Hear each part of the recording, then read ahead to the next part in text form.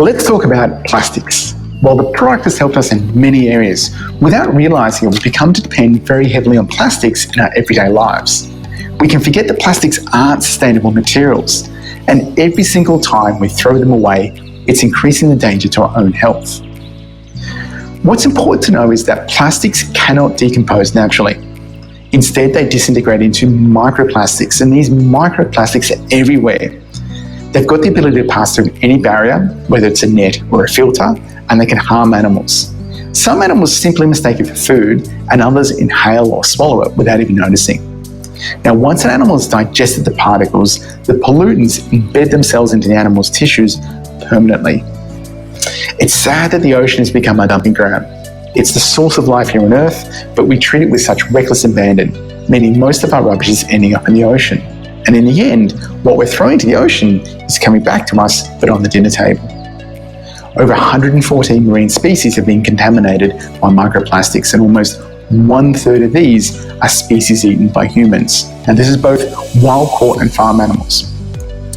More than 25 million tonnes of microplastics are going into our oceans every year and into animals, and that number is only rising. So the plastic that we produce, without even realising it, is affecting our health, and not in a good way. Some 93% of people over the age of 6 have been contaminated by BPA. BPA is a nasty industrial chemical used to make certain plastics that can have a very harmful effect on humans.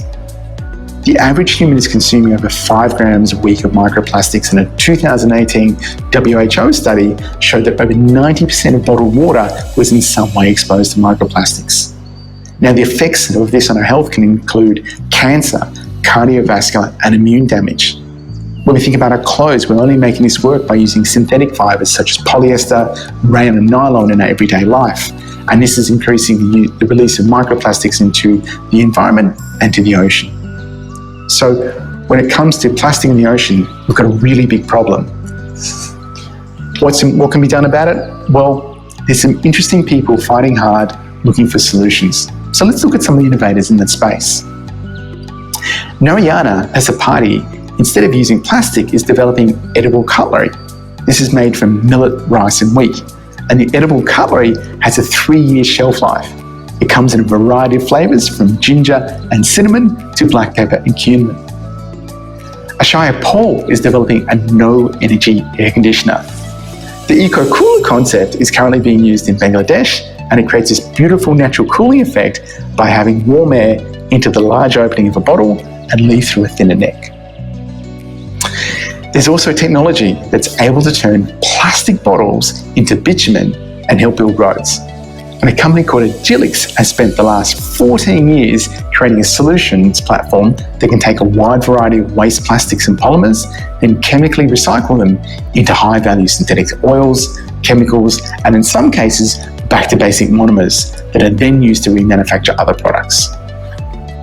We're also looking at reusable items, and in Sydney you'll see lots of people having signs for swap and go coffee cups, and we're also starting to see reusable tote bags replace plastic bags at supermarkets worldwide. It's also the development of sustainable items like coffee pods and the gradual replacement of plastic straws with sustainable alternatives like metal that are starting to make a difference and might be part of the solution. But what about you at an individual level? What can we do as individuals to make a difference?